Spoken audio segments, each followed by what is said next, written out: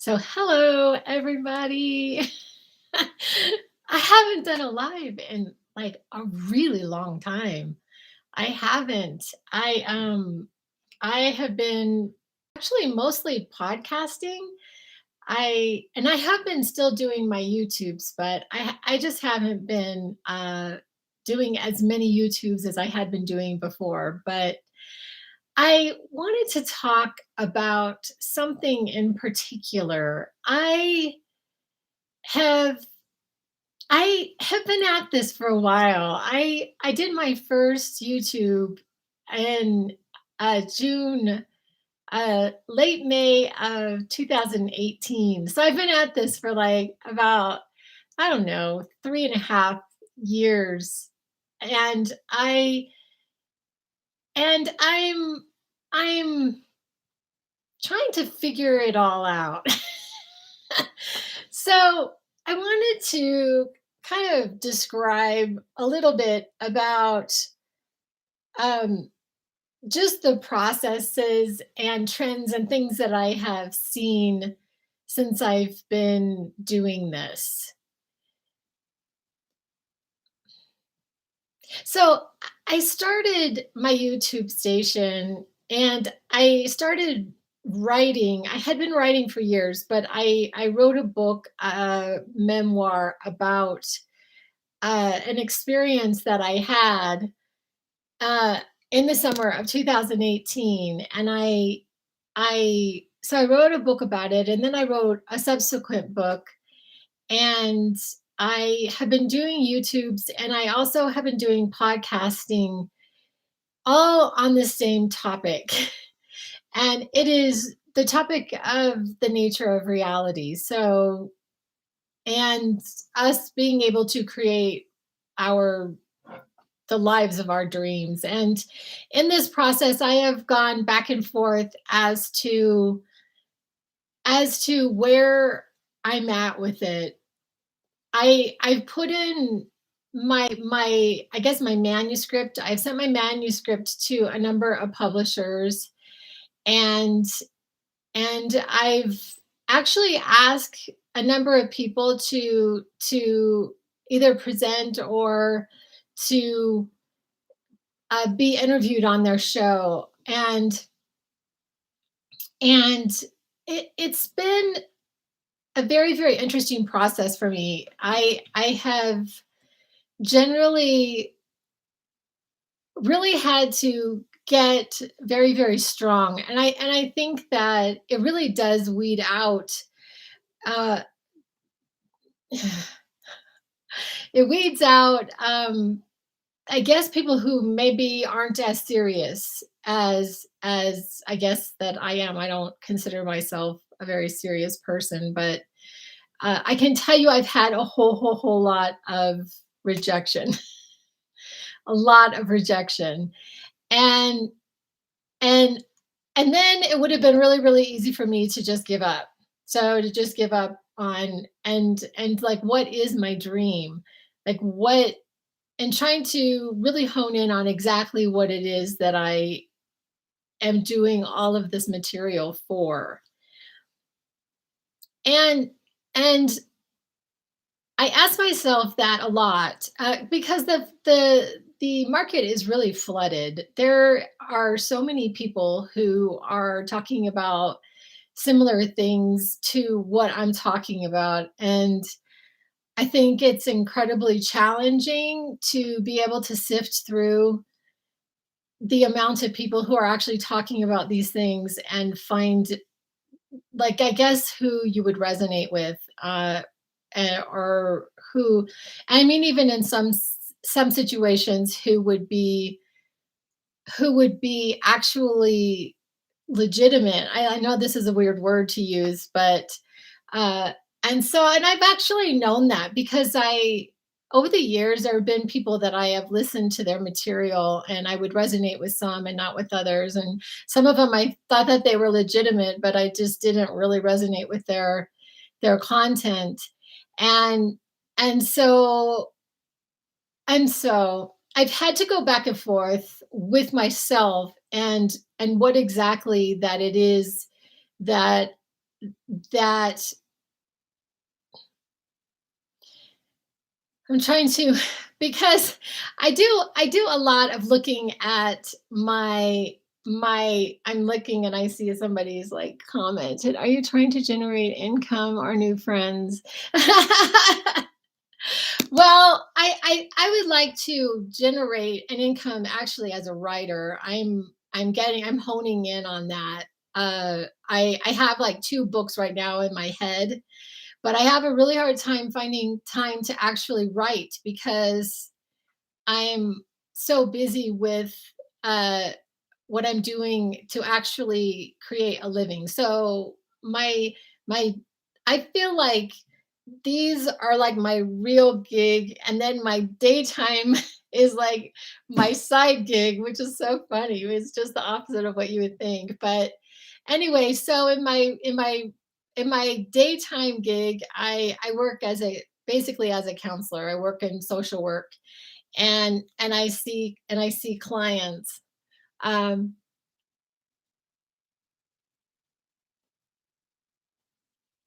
am I going to write more next month? I don't know. So I don't know if I mean, I'm hoping to. I was hoping to have one of my books done by this year, but it's not going to happen. So in looking at my because I look at what people are watching and listening to because I podcast more than I YouTube at this point. And so I do a lot of looking at what people are actually looking at in my material, and I have to admit that a lot of times it's not really what I want to talk about. So my YouTubes that have gotten the most watched or most attention have been the subject matters that I have not really wanted to talk about, which is like politics, or if I put somebody else's name in it.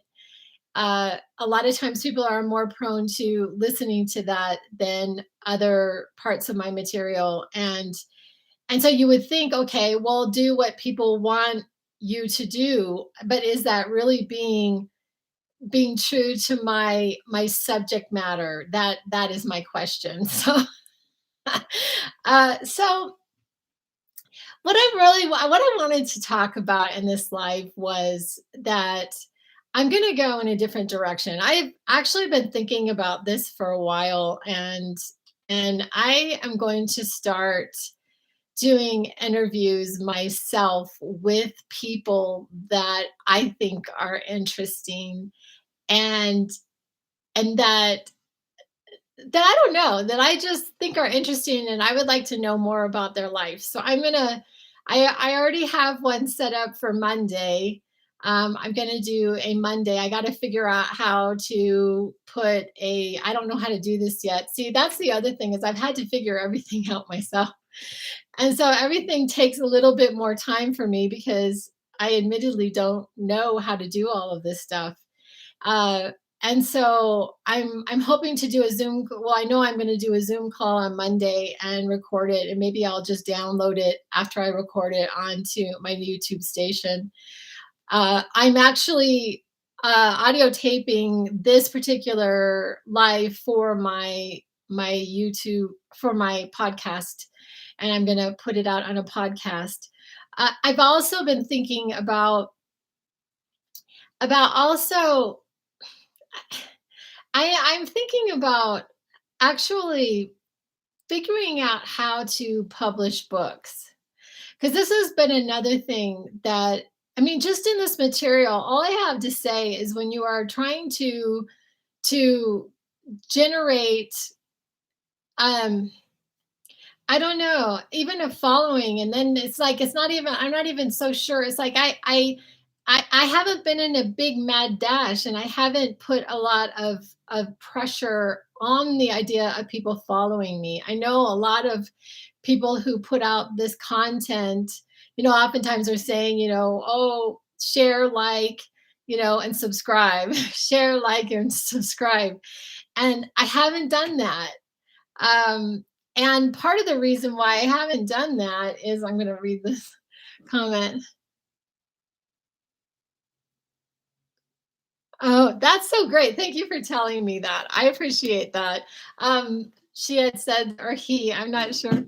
I think she had said that other people have done that as well, where they've interviewed people that they think are interesting, and so I'm gonna do that. But so, and I guess there is just such a flood of writers and people in this market, that I guess that it would be challenging to know who you should publish and who you shouldn't, but as a publisher. But when I had presented my works to people, and I didn't really push the second one as much as I did the first book that I wrote. The first book that I wrote, I really, and I actually did do some, put it out on social media, where I did put it out on Facebook and Instagram, and I did talk about it in my material. But I didn't feel like, I felt like the biggest generator of sales actually happened when actually my mother had said something on Facebook about my writing, and so that did have it was a little bit of a bigger generator of, but so in my material, I believe that the biggest marketer that there is out there is God or the universe. That is my belief that God or the universe would put my book in the hands of somebody that could actually do something with it. That would actually see my material and see the value in it, and like ask to interview me, or to do something with my material where it would get out to the greater readership, which is something that the publishers that I did send it to did say to me. They did say to me that we think that this should go out to the greater readership, except they wanted me to pay to have them publish. And and just a kind of a silly aside, I I I absolutely love the work of gosh, his name is Joseph Lovell Hewitt, but I know I'm saying his name wrong. But anyway, he owns this publishing company called 50/50, and I have some of his Tiny Stories books. I found it in a bookstore here where I live, and I fell in love with that type of it's just marvelous. Like these artists, they make this. It's the tiny. It's like a really tiny book, and they make a picture, and sometimes it has words and sometimes it doesn't, but it's called Tiny Stories. and um and he said that you should never pay to have your work published. That's what he said. And so I'm trying to listen to him. I still have some of these publishers calling me and asking me, but I know what the drill is going to be. One of them sent me a contract, and what really turned me off wasn't even necessarily the paying that they were talking about. It was like the amount of money or percentage that they wanted from anything that this book might turn into. They were going to expect, 40% of whatever this book turned into. And I just was like, I don't think so. So I mean, in a better world, I would have a lawyer who would be able to actually, I'm gonna have to put my glasses on again because I can't read the tiny writing. Um, um, uh, Doing it yourself. Okay, so and everything that I do is like, it's kind of, well, it is inspired. So the reason why I picked Blurb, the reason why I picked Blurb to actually write my writing in, and then have it published through Blurb was, and I'm self-published through Blurb. But the reason why I picked Blurb was because my niece, I had a niece that passed away in 2012 in a motorcycle accident. But the Christmas before, she had my dad's thesis on time and space put in book form, and she used Blurb. So that is why I used Blurb. But that is a really, really frustrating program for me because there's just so many things that are frustrating about it. But the second book and the third, I did it completely in Blurb. But the ones that I'm working on right now, I'm just writing a manuscript, and then I'm going to figure out who I want to. I probably won't do them through Blurb. I'm going to pick something else. I was at a library recently that had some books for sale, and I grabbed one of them. And one of the things about my books are they are not in the sizing or like the format that I would like them to be in. And so I'm really thinking about going back to the manuscript, really, really editing it, and maybe getting it edited alongside of that, and then sending it to a somebody to format it to the size and the specifications that I would like.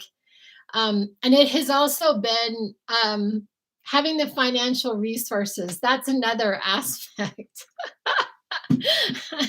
Is like I'm laughing because in the past I did not have like extra funds sitting around for me to be able to invest in some of the things that I would like to be able to invest in. um I found that like I guess it's because there's so many maybe flooding, like in some like to just name like Hay House. Like I thought about Hay House because Hay House is probably the closest publishing company to my subject matter. I think it's really funny. Every once in a while, I'll mention Hay House to people, and I can't believe it. They don't even know what it is. They've never even heard of Louise Hay. I'm like, wow, how did we get through? Like, I don't know. It's so weird because she's just um and she has a publishing outfit, and she was very much kind of like me when she started out. And I watched a documentary about her very, very carefully. And she had create the first thing she did was she created a some kind of a booklet that had this connection between emotions and disease. And she had like 8,000 or 5,000 of them published, and she sold all of them. Like, she didn't have them, she like published them herself, and then she was able to sell all of them. And then she had a book called um uh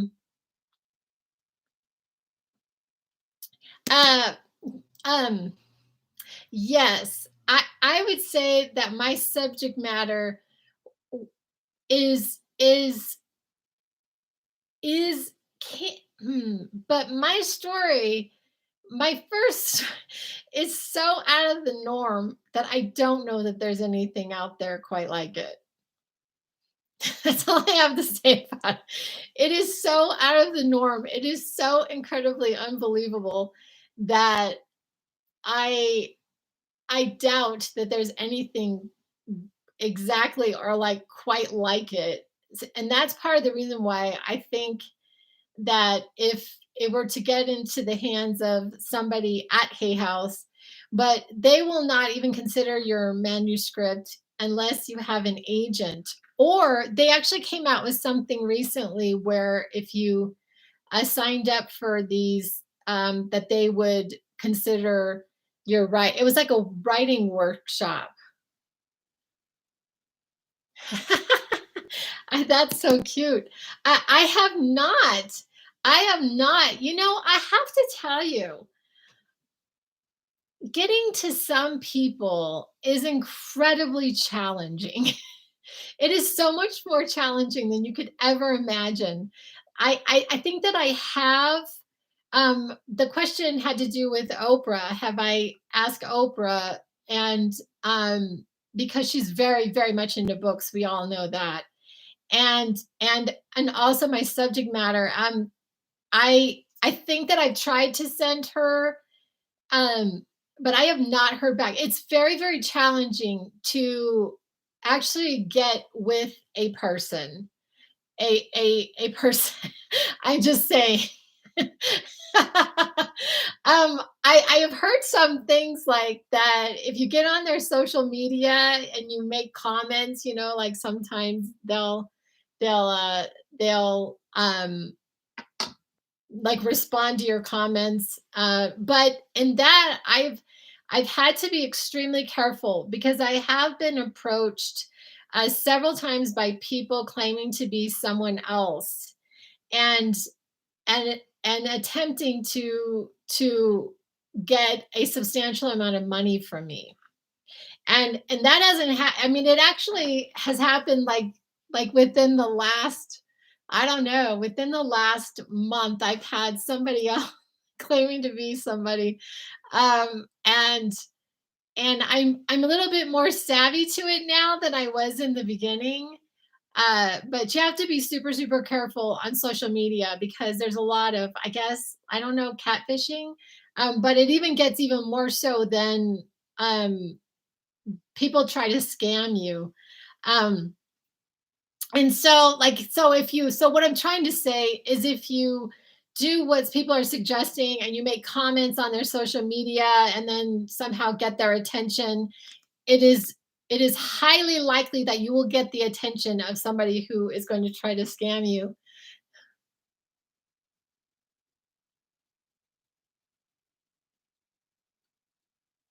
Yeah. Um,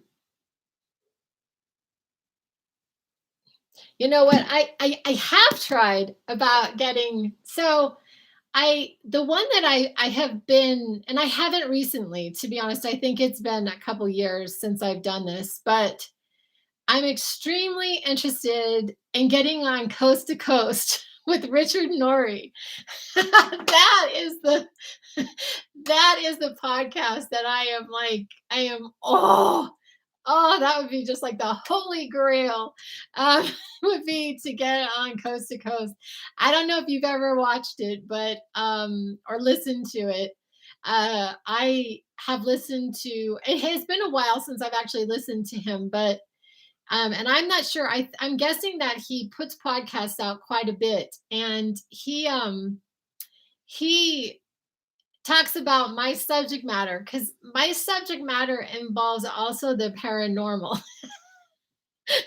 So the paranormal, and I don't talk about it that often because it is so out of the norm that you know and those shows are trolling stories. There are a bazillion shows like that. Oh, really? Oh, that's interesting.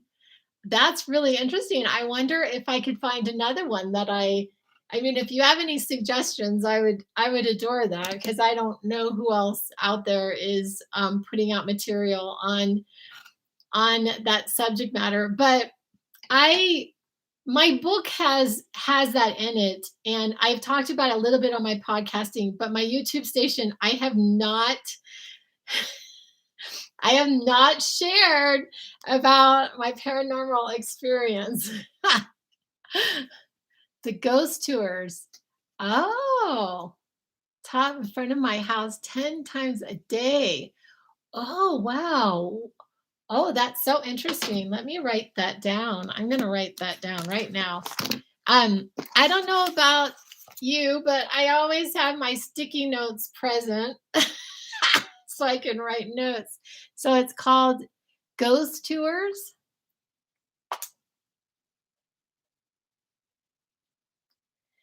Okay. Um, and so and so I really wanted to just really quickly before I end this, I wanted to because it has been one of the biggest challenges for me personally has been this balance of being authentic and not being phony, not being egotistical, having this level of humility. Uh, it's a really, really weird balance that I'm not. Um, uh, I'm I'm holding back. I'm not sure you could be right. I think that's funny. Um, yeah, I I guess there is an element, and it's for various reasons. I listened to um, I listened to a guy named Gary Vee. I'm not sure how familiar you are with him, but I listened to this guy, and he is he is quite amazing. And there is this like in the social media realm, there is a great big push for putting out content, just consistently putting out content, just put out content, um and I think that I have at least over 200 podcasts, and clearly I have over 200 YouTubes. But then I'm going to say again, the ones that have been the most popular have been subject matters that I'm not interested in talking about. I'm not interested in really in talking about politics. I'm really not. um, I don't want to talk about politics. I want to talk about and I use my life as an experiment because I'm like in this day in and day out. I have a practice of the creation of my life as a reality, and I talk about the pitfalls and the triumphs and the wow, this seems like this is different, and what is working, what isn't. I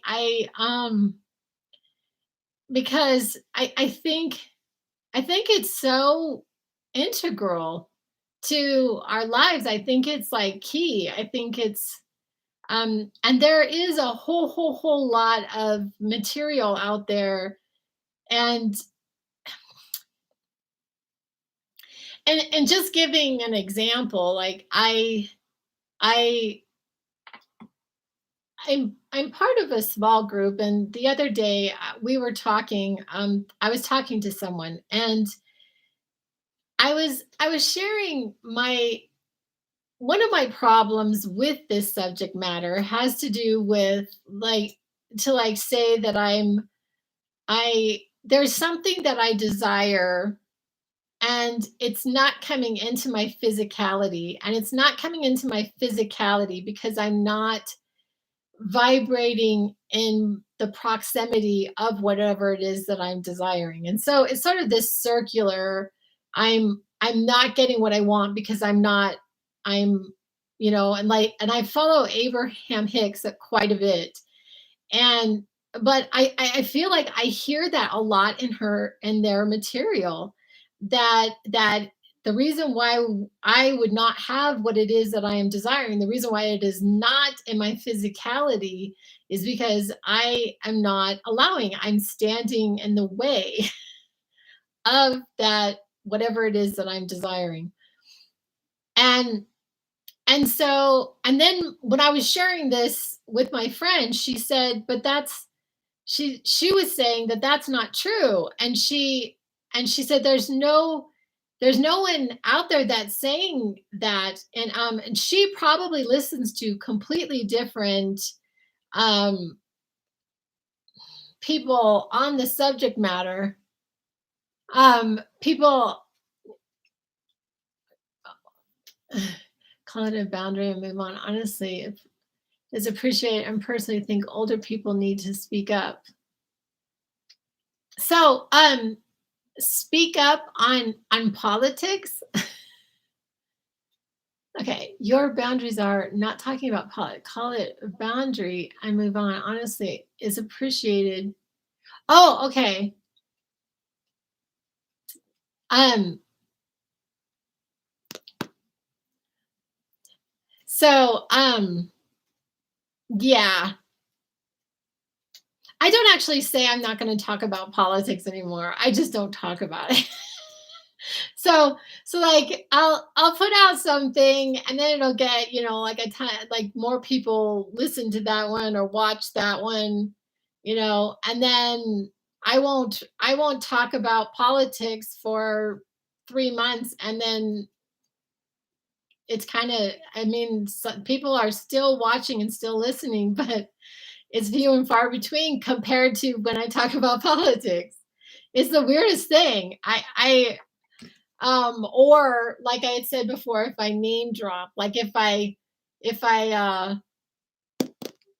put somebody's name in there, and I'm not really crazy about that either. There's a lot of people there out there that are doing that. There's a lot of people that are out there that are putting out other people's content. They're not saying it's their content. They're saying whose the content is, but um, there's a ton of material out there that's like that, and I don't want to do that. I'm putting out my own content, and so anyway, so Monday, I am going to have my first interview, and I'm starting to reach out to people that I would like to interview for my YouTube station and my podcast. And so I'm just going to start going in that direction with people that I think are interesting, because I have some people around that I follow, that I've known, but I also have followed on social media, and they are putting out material constantly, and it's like why does one thing go supposedly viral and other things don't? I mean, I thought it was super interesting. Like I guess last year some guy was like on his his a skateboard with an ocean spray, and then he like becomes this like rich guy, and then all these other people were like following suit, and they were doing it, and it's just so bizarre to me. Like like why one thing goes viral and another thing doesn't go viral, and it's like, and do I care if I go viral? And I guess the answer would be no, not really. Not really. I've got some followers that have been with me for years, and I appreciate them so much for sticking by me and sticking with me, and muddling through, because some of them I'm because I'm just toying with this stuff. I'm practicing with this stuff. I'm not presenting myself as the expert, but I I I talk about the things that are on my mind and I'm toying with at the time, and just a lot of fun. So be on the lookout, because I'm hoping that this is going to be a lot of fun to like start interviewing people, and I'm gonna like end with the but I think it's super interesting, because the one thing that I've learned in all of this has really been that the only person I can really depend on is me. I can't depend on other people, and so I have to depend on myself. And I would like to I got it in my mind, like possibly building something like Louise Hay built. I mean, she started out, with You Can Heal Your Life in her living room, and and then she built an empire. She really did. And so I'm like, I think I want to be like Louise Hay.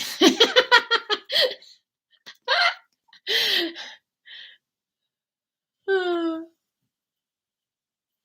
you have all the answers, really. Anyway, I appreciate you.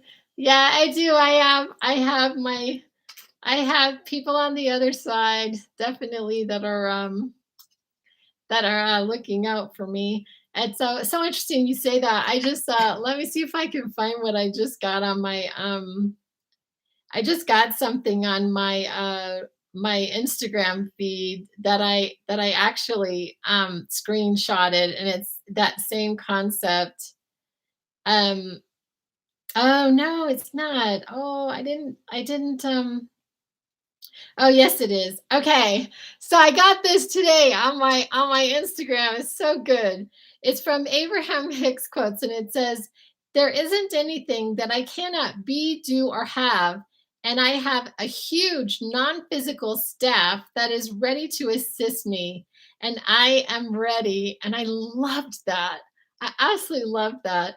So I have this habit of like putting little things that I love on the back of my phone. I put these like quotes back there so I don't forget. So I don't forget. And that's one of them. I just have to like print it out size so it's not too big. And then I'll have to give up one of my other ones. Anyway, I appreciate you listening. I bet you I'll be back. Anyway, bye.